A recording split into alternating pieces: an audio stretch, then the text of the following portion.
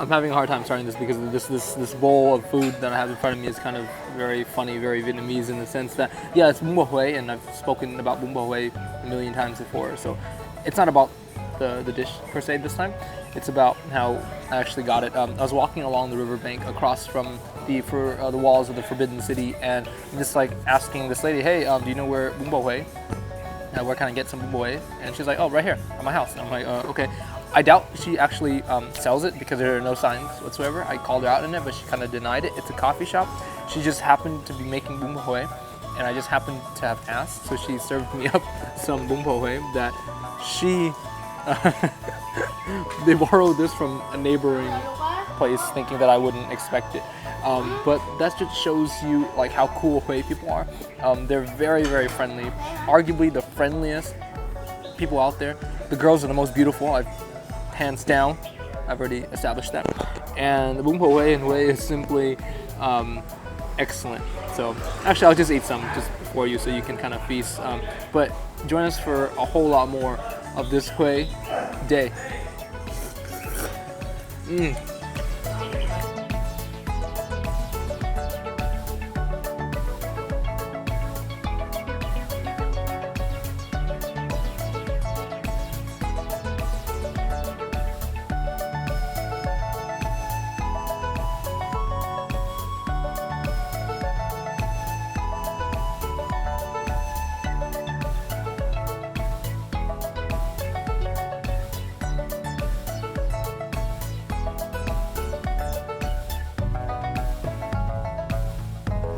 So I'm standing in front of the Forbidden City, and it's forbidden to peasants like me. I'm not allowed in right now, and it's not only because of its closing time. I came a little bit late, but it's because I'm not royalty enough. I'm not worthy enough to go in, you know, being the Forbidden City and all. But for those of you who don't know, this area in Hue was home to emperors of Vietnam. Yeah, Vietnam had emperors and kings and all that. And so the surrounding area now is actually kind of festive at night. People exercise. There are walls that are old, moss galore. And it's actually a very chill place to hang out. If I ever lived in Hue, I would definitely hang out here. Unfortunately, I'm not allowed in because I'm a peasant. This is not the first time that I've been denied access. All right, let's just go eat something.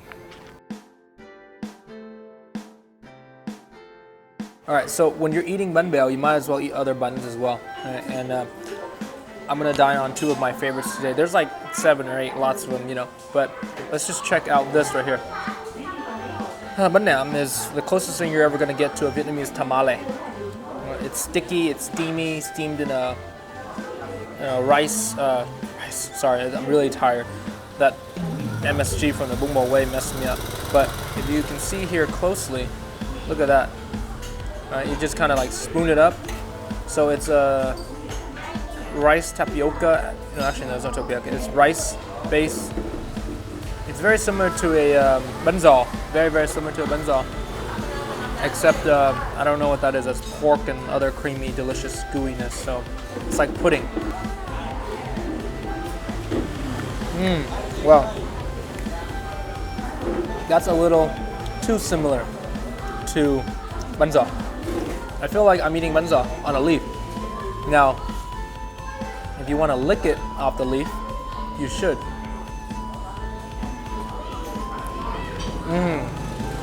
Now that is the best part, because you get to taste that banana as well. Trash that, onward to the next bun. Now this is probably my favorite thing in this entire world. Suddenly I forgot its name. This is bánh lọc. A lọc. Open this up. It's like Christmas morning, opening up presents. What am I gonna get? Something extremely delicious for my mouth. Oh, look at that. Now that is heaven right there. You guys see that? See that? It's like a gummy bear. It's tapioca. Inside there's a shrimp steamed to perfection. Let's try that. Dip it in some of that fish sauce. tiny bit, not too much.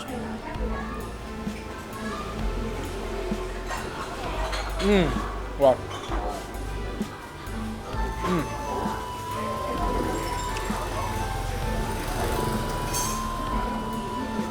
I wanted to enjoy that. I wanted to savor that a little bit more, but I had to explain it to you. That was freaking good. That crunch, that bite, when the shrimp flavors explode and release into the tapioca and mixes so well. And then out of the blue, you have this pork sensation too.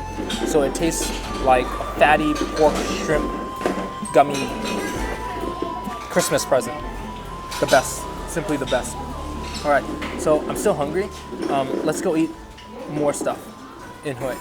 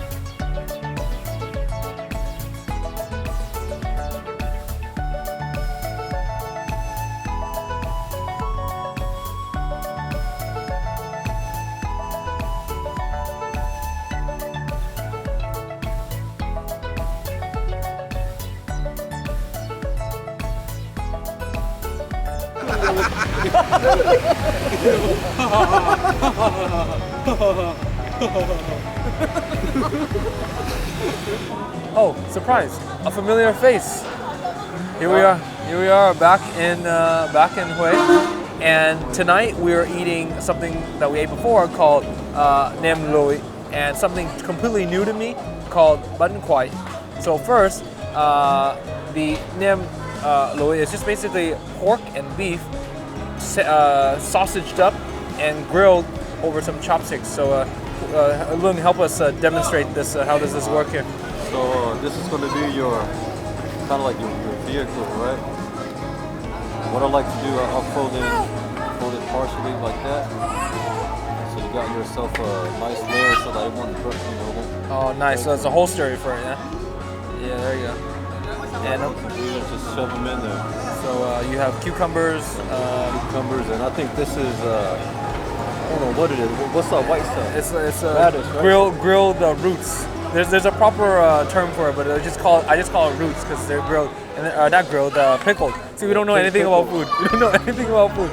Pickled stuff with carrots. Pickled roots with carrots. I think this white stuff might be radish.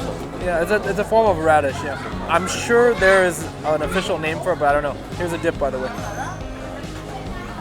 Go for it, man. Oh, thanks. Thank you. I wash my hands, so Sharing is caring. It doesn't matter. I never wash my hands. I don't care. You know, it's Vietnam. I don't care. Wow, this sounds this looks amazing.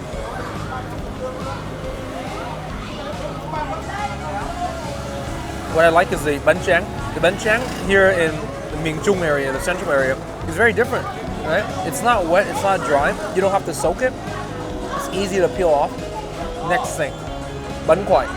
Now, I've never actually seen this before, and I guess you wrap it up with this too, right? I'm not exactly sure about how you're supposed to eat it, but I'll see if people just eat it straight up. Oh, you straight up? Okay. Some people wrap it, no? Okay. Let's do it straight up then. Let me see what. So this really reminds me of banh xeo, right? I mean, it looks like a banh xeo. It looks like a mini banh xeo, and you can eat it with some vegetables too, right? I'll see some people lay it on lettuce. Yeah, you can lay on a piece of lettuce, and you dip it with the nước mắm, correct? Everything's with the nước mắm. I'll just dip it once because they didn't give us. Really? Peanut sauce? All right, dip it in that nước mắm. Let's see what it tastes like here.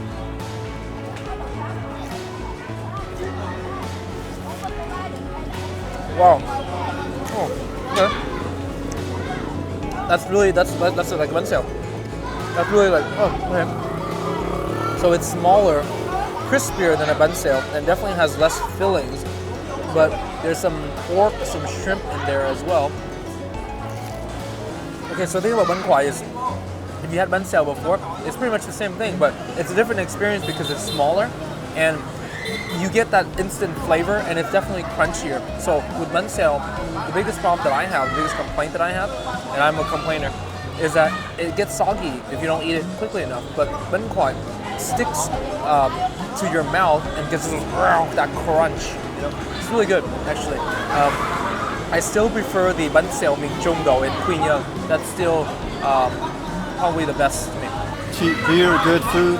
Yeah. And just being around Vietnamese people, I think that's one of the best feelings. Yeah. You're surrounded by people that are just like you, you know.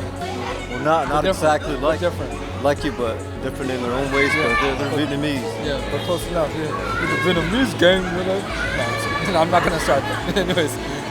Cheers. Yeah, cheers. Thank you, Luong. A lot of people have been really curious about like what's up with you, and you know, I'm so glad. I'm glad that we're able to do a follow up. All right. Anyways, guys, let's eat. Okay, the food's getting cold. Let's eat.